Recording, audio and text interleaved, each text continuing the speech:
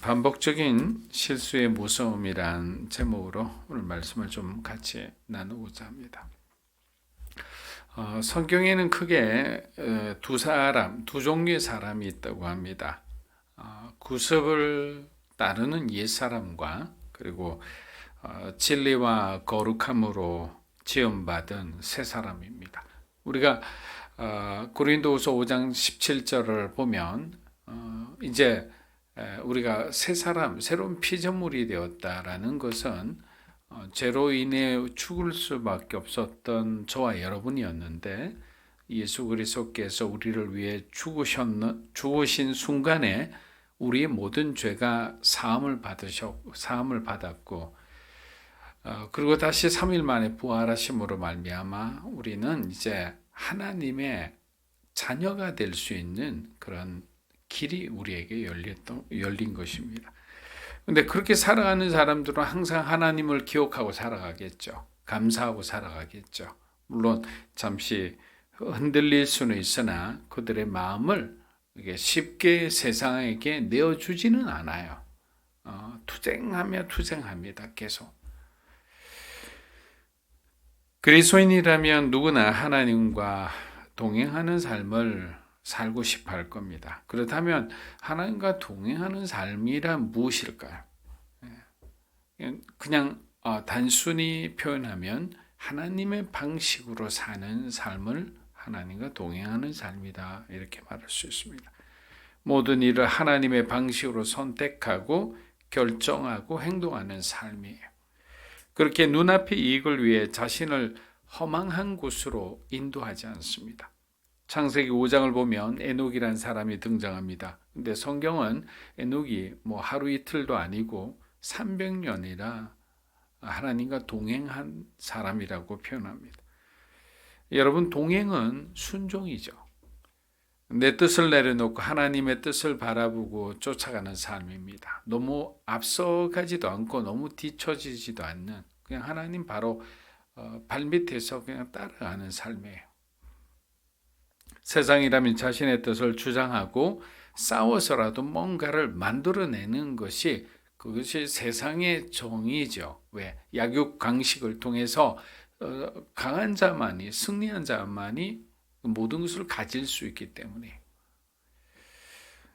그러나 우리가 주님 앞에 섰을 때는 하나님이 우리에게 말씀하시는 대로 행하는 것이 주님과 동행하는 사람의 어떤 올바른 영적인 태도라 할 수 있습니다.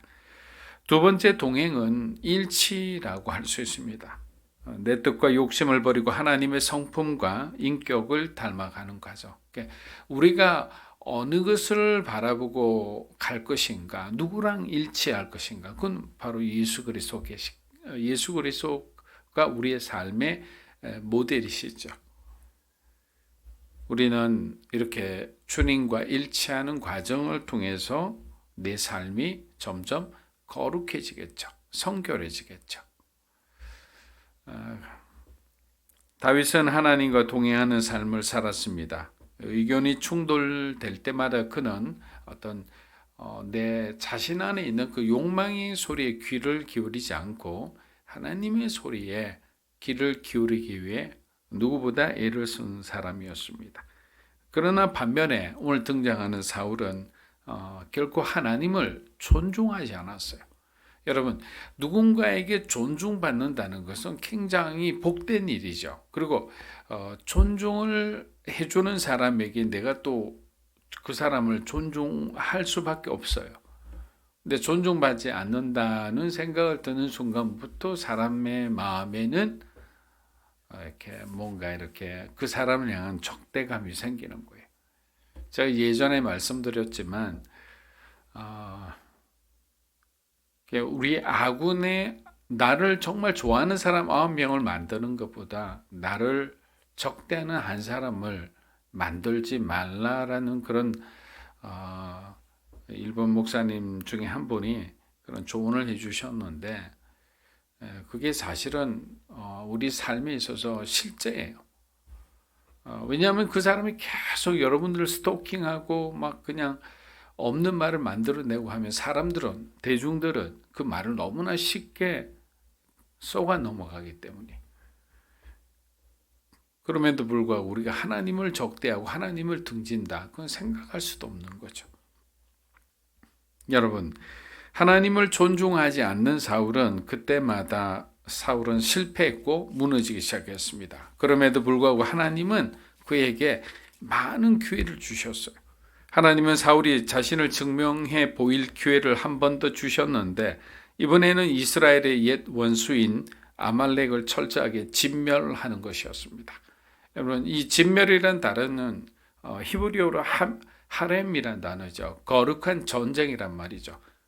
그래서 아말렉뿐만 아니라 가나안 정복을 할 때 하나님께서는 그 여호사의 군대에게 그들을 어린아이든 그 어머니 뱃속에 있는 태아든 씨를 말려 성멸하라 했어요. 완전히 그냥 다 죽여라 했어요. 근데 지금 인간의 어떤 관점에서 보면 그건 아주 너무나 악행이고 비행이죠. 근데 여러분, 그것이 재물이 되게 하라라고 말씀하신 거예요. 그 사람들이, 그 악한 사람들이, 그 우상 숭배자들이.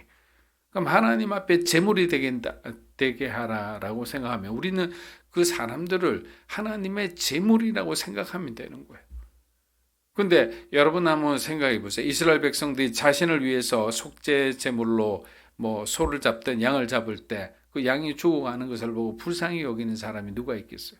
자신의 죄가 빨리 사함받는데 더 초점이 맞춰져 있잖아요. 그러니까 하나님의 시선으로 하나님의 마음으로 이러한 죄가 얼마나 더럽고 추악한지를 바라보는 순간 그것이 하렘이 되고 거룩한 제물이 되고 거룩한 전쟁이 될 수 있는데 자꾸만 우리는 우리의 생각들, 인간의 어떤 도덕과 윤리의 관점으로 보니까 하나님의 거룩한 전쟁에서 항상 패할 수밖에 없는 거예요. 결국 사울은 여호와께 순종하지 않았어요. 자신을 위해 전리품 중에서 가장 좋은 것들을 보관해 주었고 반드시 죽이라는 아각 왕도 죽이지 못했습니다.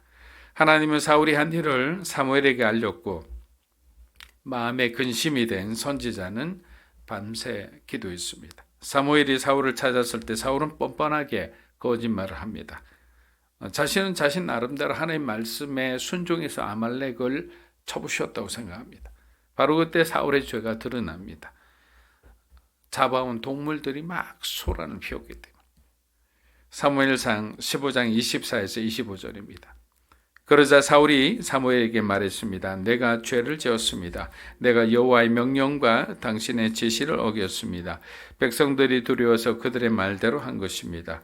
내가 이렇게 간청합니다. 내 죄를 용서해 주시고 다시 나와 함께 가서 내가 여호와를 경배하게 해 주십시오. 사무엘의 혹독한 비난과 심판 선언에 두려움을 느낀 사울은 드디어 자신의 죄를 자백하는 듯 보입니다. 그러나 이것은 진정한 자백이 아니라 회피였습니다. 회피. 변명을 대는 거예요. 그 순간만 피하고 싶어서. 내가 백성을 두려워하여 그들의 말을 청종했다. 여러분, 이것이 실질적인 신정국가인 이스라엘의 왕으로서 할 말입니까? 이스라엘의 왕인이 사람보다 하나님을 더 두려워해야 함에도 눈앞에 보이는 백성을 더 두려워했던 것이 사울의 어떤 실체였죠. 사랑하는 여러분, 살다 보면 우리가 사람이 나에게 큰 어떤 인생을 마치 좌우할 수도 있다는 그런 생각을 할 때가 있어요. 회사를 다닌 사람이라면 직속 상관과 대표 이사를 의식하게 되겠죠. 사업을 하는 사람이라면 고객과 바이어를 두려워하게 됩니다. 물론 우리들의 인생에 간접적으로 영향을 주는 사람임은 맞지만 우리 인생을 인도하시는 분은 그들이 아니라 하나님이심을 잊어서는 안 됩니다. 두려워할 사람을 두려워해야 한다. 불가능한 일이라도 하나님이 개입하시면 우리 인생 가운데도 홍해가 갈라질 수 있다는 것입니다. 사랑하는 여러분, 중요한 일이 다가올 때 사람을 두려워하지 마시고 항상 여러분의 믿음을 먼저 보여주세요. 요단강 건너갈 때도 그렇잖아요. 홍해는 은혜로 건너간 강이었어요. 그러나 요단강은 믿음으로 건너가는 강이었어요. 그래서 제사장들의 헛개를 맨 제사장들이 발이 요단강 물에 닿는 순간 그리고 요단은 갈라지게 된 거예요. 말씀을 의지해서 믿음으로 나아가는 순간 요단이 갈라지는 거죠. 약속의 땅, 하나님이 우리에게 주시고자 하는 그 축복이 그곳에 있는 거예요. 근데 계속 우리가 주저하고 두려워하면 아무것도 안 되는 거예요. 사무엘상 15장 26에서 27입니다. 그러나 사무엘이 그에게 말했습니다. 나는 당신과 함께하지 않을 것이요 당신이 여호와의 말씀을 거역했기 때문에 여호와께서는 당신을 이스라엘을 다스릴 왕이 되지 못하게 하셔서 사무엘이 뒤돌아 떠나려 하자 사울이 그의 옷자락을 붙잡아서 옷이 찢어졌습니다. 사무엘은 사울의 요청을 단호하게 거절합니다. 왜냐하면 이미 사울의 속셈을 알아차렸기 때문입니다. 거짓 회개를 빙자해 사울은 사무엘과 함께 이스라엘의 군대 앞에 나타나서 자신의 정정함을 이렇게 보이고 싶었기 때문에 사울이 나타나고자 하는 것은 사실 정치적인 목적이죠. 자신을 위한 것이었어요. 하나님과 전혀 관계없는 일들에 사무엘을 이용하려고 했던 겁니다. 여러분, 하나님은 우리를 한 번에 이렇게 뭔가 심판하시지 않아요. 수많은 기회를 주고 또 주셨음에도 사울처럼 회개하지 않는 사람들은 그리고 돌이키지 않는 사람들에게는 성경에 보면 그들의 영혼을 구원하기 위해서라도 육체를 먼저 거두어 가실 때가 있는 거예요. 제가 예전에 이 구절을 아주 어렸을 때 읽고 굉장히 두려워했던 적이 있어요. 아, 그렇구나. 그래서 부모님 말씀도 잘 듣고 정말 딴짓 안 해야 되겠다 이런 생각을 했어요. 보세요. 영혼을 그 사람을 그래도 하나님은 그렇게 죄를 짓고 잘못을 해도 그 사람 영혼을 구원하기 위해서 육체를 먼저 거두어 가신다고 그렇게 기록을 하니까. 사무엘이 돌아서 떠나려고 하자 다급해진 사울이 사무엘의 그 도시 찢어질 정도로 붙잡았지만 그에게 돌아온 대답은 나라를 그에게서 떼어 더 나은 이웃에게 줄 것이라는 그런 충격적인 사무엘의 선언이었습니다. 우리 삶이 여기까지 오면 안 되는 거예요. 여러 번 하나님이 시간을 주고 기회를 주셨는데 어떤 하나님으로부터 어떤 선언이 오면 안 되는 거예요. 왜? 그 다음부터는 쉽게 하나님은 잘 돌이키시지 않기 때문에. 사울이 처음부터 간절히 또 우리들이 처음부터 간절히 붙잡아야 할 대상은 사람이 아니라 하나님이었습니다. 그가 하나님을 온전히 붙잡고 순종했더라면 이 모든 일은 일어나지 않는 일이었습니다. 사무엘상 15장 30에서 31절입니다. 사울이 대답했습니다. 내가 죄를 지었습니다. 그러나 내 백성의 장로들과 이스라엘 앞에서 내 체면을 세워주십시오. 나와 함께 가서 내가 여호와 그리하여 사무엘은 사울과 함께 돌아갔고 사울은 여호와께 경배했습니다. 30절에 보면 당신의 하나님이란 구절이 나오죠. 이게 신경이 쓰이지 않습니까? 당신의 하나님. 사울은 이스라엘을 내 백성이라 부르고 하나님을 당신의 하나님이라 불렀습니다. 이는 여전히 이스라엘의 주인은 나이고 사무엘 당신의 주인은 하나님이라는 거예요. 자기는 하나님하고 별로 상관이 없듯이 이야기하고 있습니다. 사랑하는 여러분, 의외로 많은 그리스도인들이 남의 신앙으로 살아가는 경우가 많습니다. 나를 구원해 주신 내가 만난 그런 어떤 하나님에 대한 체험이 없는 거예요. 그런 신앙 고백이 없는 거죠.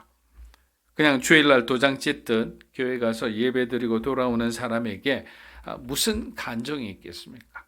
간정이란 자체는 내가 하나님을 어떤 사건을 통해 어떤 상황에서 하나님을 만났다는 그 증거잖아요. 하나님은 신앙 고백 없이 예배만 출석하는 것을 기쁘게 여기실까요? 머릿속엔 세상 생각으로 가득해 강단에서 어떤 말씀이 누가 선포하든 선포할 때 한쪽 귀로 들어와서 그냥 바로 이렇게 흘러가는 그런 어떤 상황이라면 그 사람이 정말 진정한 그리스도인일까라는 의문을 우리가 할 수밖에 없습니다. 그래서 기독교 신앙은 내가 만난 하나님이 있어야만 합니다. 반드시. 그래야 신앙 고백도 하고 회개도 할 수 있고 거룩한 삶을 살기 위한 어떤 결단도 할 수 있기 때문이에요. 그런데 교회를 수십 년 다녀도 변화가 없는 사람은 오늘 등장하는 어쩌면 사울 같은 사람이에요. 당신의 하나님이라고. 목사님의 하나님, 우리 부모님의 하나님, 뭐 정말 믿음죠. 우리 친구의 하나님. 사무엘을 통해 하나님의 말씀을 전해 들어도 잠시 신경 쓰는 듯 하다가 결국 세상으로 돌아갑니다.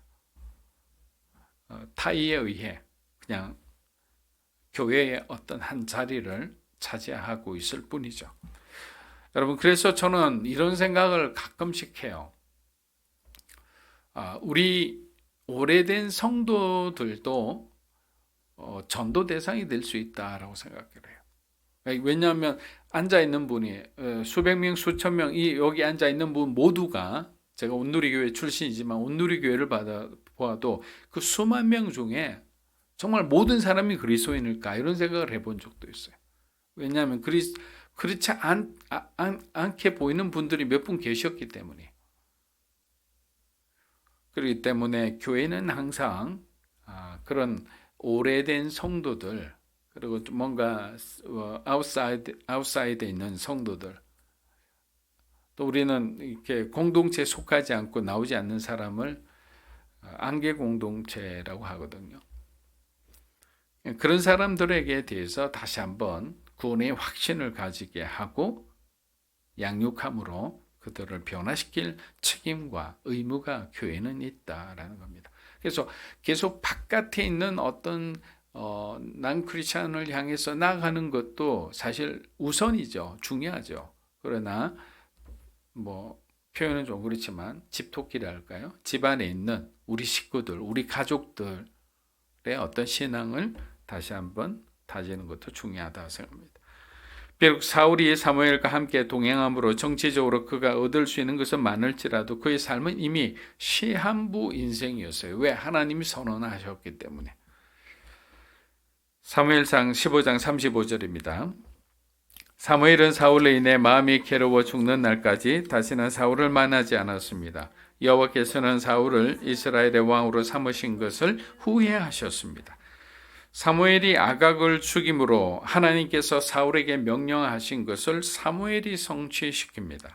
여러분, 하나님의 작은 명령이라도 우리가 소홀히 여겨서는 안 되는 것은 우리가 기도하는 가운데, 말씀하는 가운데 어떤 조금의 깨달음들이 있잖아요.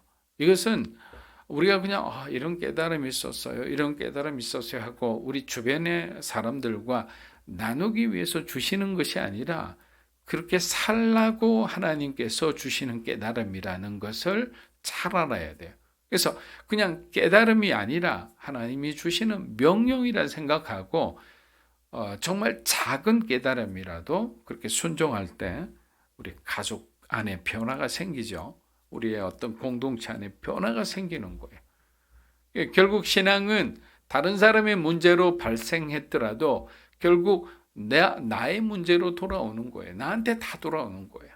누군가를 정말 미워하는 것도 결국 나의 문제로 돌아와요. 왜? 그 사람이 잘못했어요. 정말 이거는 죽일 놈이에요. 그러나 하나님은 나는 그 사람을 미워하는 것이 아니라고 해요. 왜? 내 영혼에 해가 되니까. 내가 그 사람을 미워하고 그 사람을 증오함으로 인해서 내 영혼이 상해가니까. 그러니까 나로 하여금 내가 너에게 사랑을 보여줄 테니까 그 사랑으로 그 사람을 용서해 주지 않겠니라는 거야. 왜? 용서함으로 네 영혼이 자유케 되기를 원하는 거야. 그러면 새로운 것을 내가 보고 또 새로운 사람을 바라볼 수 있는데 여기서 그냥 막히니까 아무것도 못하는 거죠. 누군가를 감히 내 공간 안에 들이는 것을 허락할 수가 없는 거예요. 사랑하는 여러분, 하나님을 예서 외면하고 자꾸만 어둠 속으로 빠져들어가는 이 사울의 모습이 안쓰럽기만 합니다. 사울은 많은 것을 가지고 태어난 사람이었어요. 그런데 아버지 기수에 너무나 많은 기대 때문일까요? 왕이 되고 난 뒤부터 점점 자기 애가 강한 사람이 되어버려요. 자기 연민이 강한 사람이 되는 거예요. 자기 자신에 대해 너무 집착하는 걸 봅니다. 여기는 분명히 무엇인지는 나와 있지 않지만 사울의 어떤 정신세계나 어떤 청소년기에 분명히 뭔가 문제가 있었겠죠. 사무엘은 직접 기름 부은 사람이 하나님께 버림받는 이 과정이 너무나 고통스러웠어요. 그러나 우리가 먼저 생각해야 할 것은 하나님은 항상 오르시다는 거예요. 그래서 어떤 결정에 우리가 감정이입을 하는 순간 나조차도 시험에 들어서 신앙을 잃어버릴 수도 있는 거예요. 그렇게 하나님의 주권적인 선택과 판단은 항상 오르시다는 그 마음과 그 믿음으로 살아가야 되는 거예요. 인간의 서사에 비춰보면 그것이 오류이고 흠이 될 수는 있어도 하나님은 사람을 살리시기도 하고 죽이시기도 하고 높이시기도 하고 낮추시기도 하는 분이시기에 우리는 하나님의 선택을 항상 존중하고 따라야 할 의무가 있는 겁니다.